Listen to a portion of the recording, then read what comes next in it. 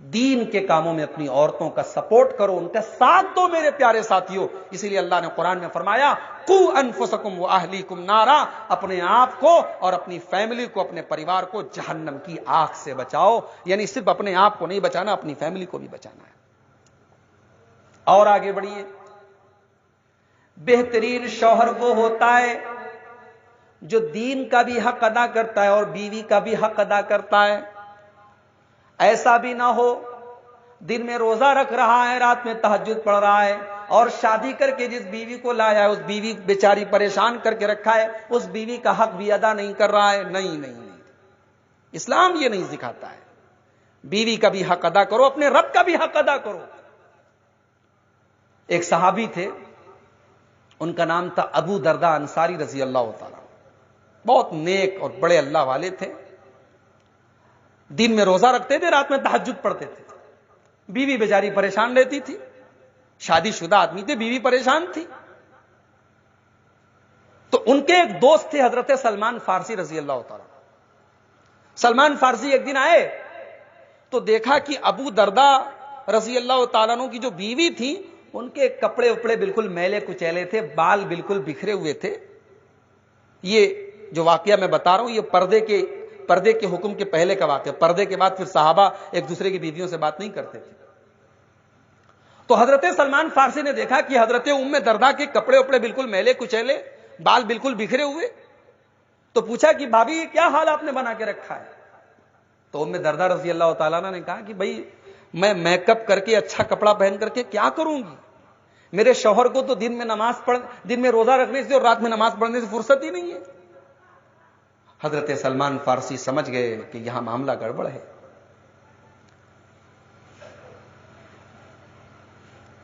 شام کو جب حضرت ابو درداء انصاری رضی اللہ تعالیٰ عنہ گھر آئے تو سلمان فارسی رضی اللہ تعالیٰ عنہ کے لیے دسترخوان بچھایا، کہا کہ کھانا کھائیے۔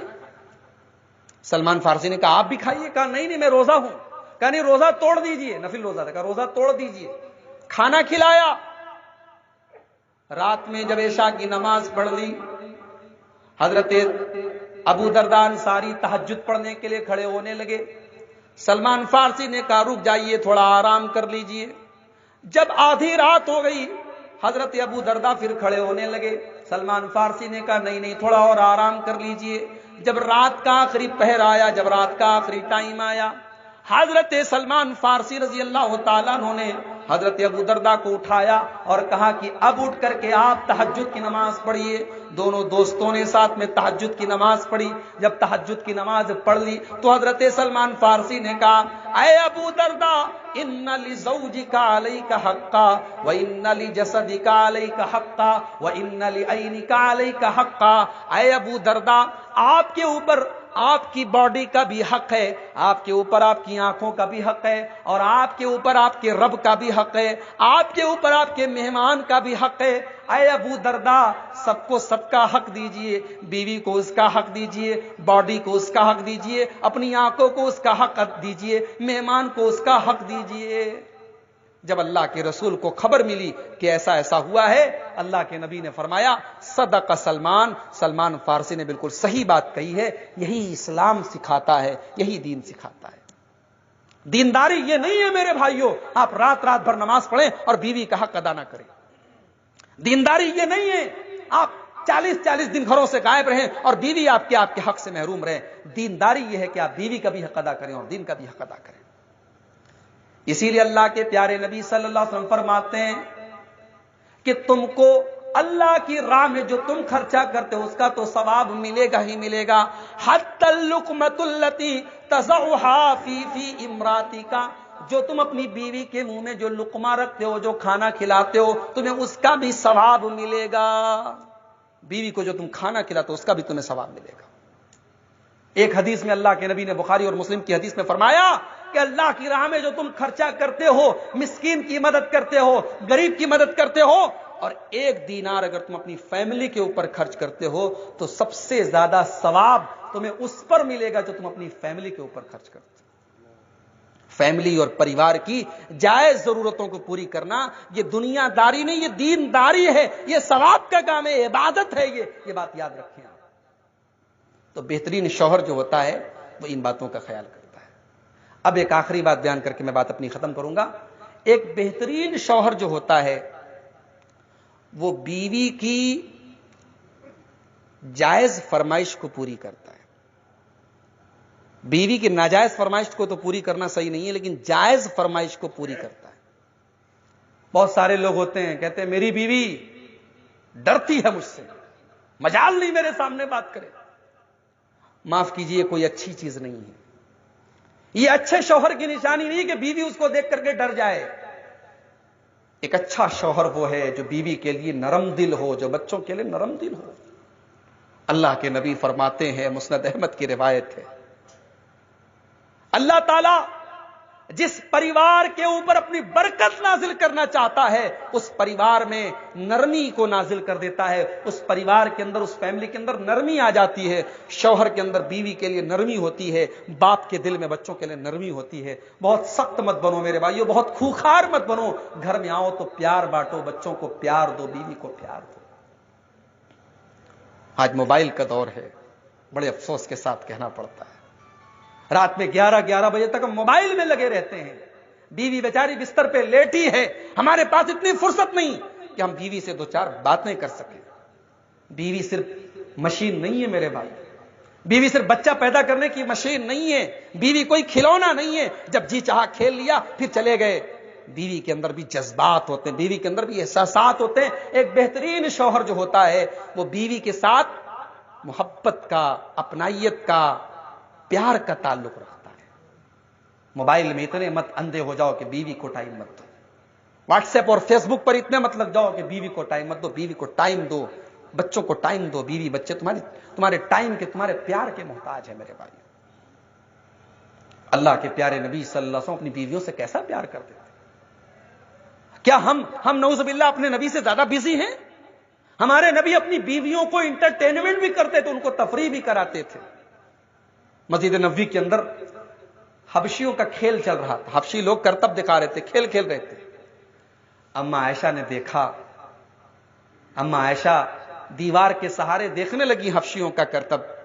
اللہ کے پیارے نبی نے اپنے کندھے پر اپنی بیوی کا سر رکھ لیا، اپنے کندھے پر اپنی بیوی کا سر رکھ لیا اور کہا کہ عائشہ تمہیں جتنی دیر تک یہ کھیل دیکھنا ہے تم دیکھ سکتی ہو۔ اللہ اکبر! اللہ کے نبی اپنی بیویوں سے کتنا پیار کرتے تھے۔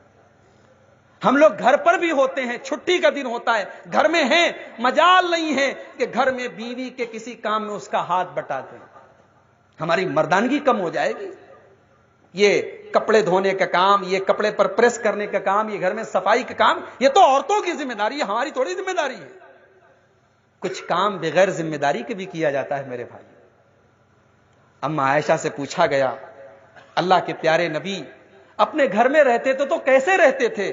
اما عائشہ نے فرمایا، یکون فی محنت علیہ، اللہ کے نبی گھر میں رہتے تھے، اپنے پریوار کا ہاتھ بٹا دیا کرتے تھے، اپنی بیویوں کا کام کر دیتے تھے اور اپنے کام خود سے کر لیتے تھے۔ اپنی بکری کا ہاتھ اپنے ہاتھ سے دھو لیتے تھے، اپنے کپڑے میں اگر پیوند لگا ہے، کپڑا پھٹ گیا تو اپنے ہاتھ سے اللہ کے پیارے نبی پیوند لگا دیا کرتے تھے۔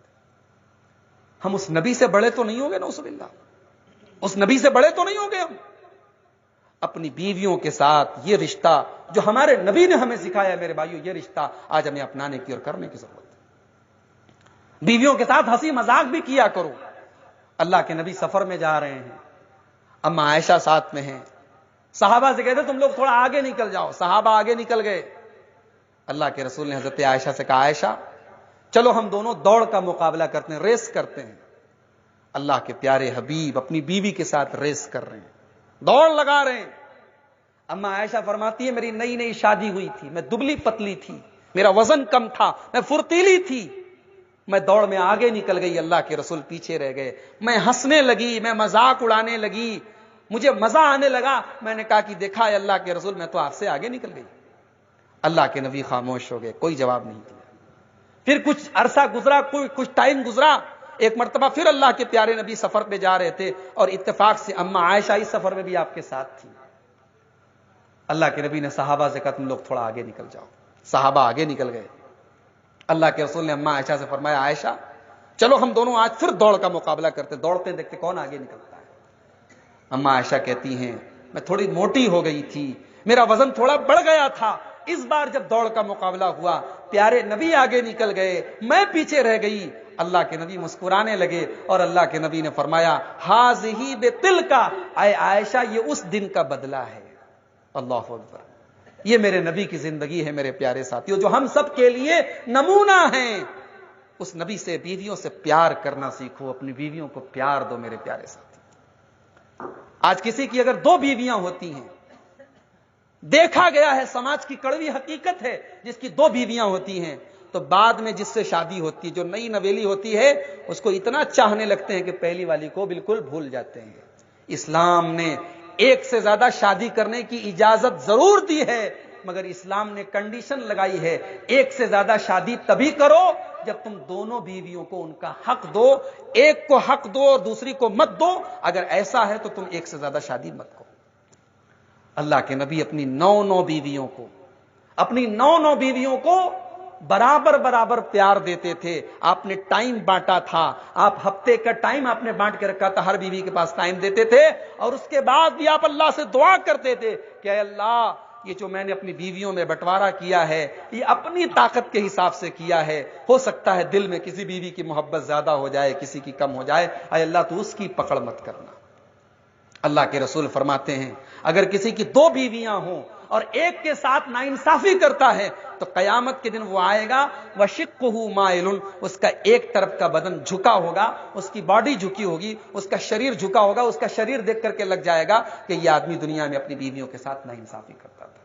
میرے پیارے ساتھیوں, یہ ایک بہترین شوہر کی چند خصوصیات اور صفات تھیں. آئیے ہم اللہ تعالیٰ سے دعا کریں ہم میں سے جتنے لوگ شادی شدہ ہیں اللہ ان کو ایک بہترین شوہر بننے کی توفیق عطا فرمائے, اور ان کی بیویوں کو اپنے شوہروں کے لیے بہترین بیوی بننے کی توفیق عطا فرمائے. اور جو بیچارے ابھی کنوارے ہیں یا جن کی شادی ابھی ہونے والی ہے, اللہ اس نیک بیویوں کی جو صفات ہم نے بیان کی ہے, اللہ وہ صفات ان کی بیویوں, ان کی ہونے والی بیویوں کے اندر اللہ تعالیٰ پیدا فرما دے. رب العالمین ہمارے گھروں میں اپنی برکت نازل فرمائے, ہمارے گھروں میں امن اور سکون نازل فرمائے, گھروں میں رشتوں میں پیار اور محبت اللہ تعالیٰ برقرار رکھے. اللہ ہم سب کے جان اور مال کی, ہمارے عزت و آبرو کی حفاظت فرمائے. آج کا یہ پروگرام جن بھائیوں کی محنت سے اور جن کی کوشش سے منعقد ہوا ہے اللہ ان کی کوششوں کو قبول فرمائے, اللہ ان کے مال و منال میں برکت نصیب فرمائے. اللہ ہم سب کو توحید پر اور اپنے نبی کی سنت پر چلنے کی توفیق عطا فرمائے. ہر قسم کے شرک سے, ہر قسم کے بدعات اور خرافات سے اللہ تعالی ہم سب کو بچنے کی توفیق عطا فرمائے.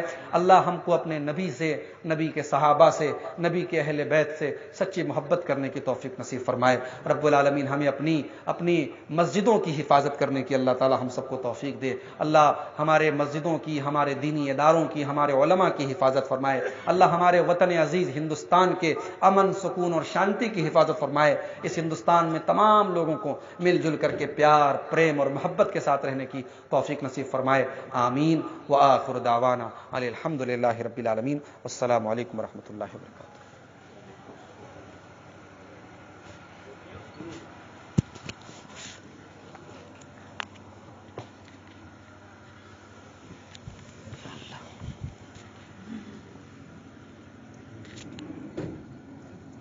السلام علیکم ورحمۃ اللہ وبرکاتہ.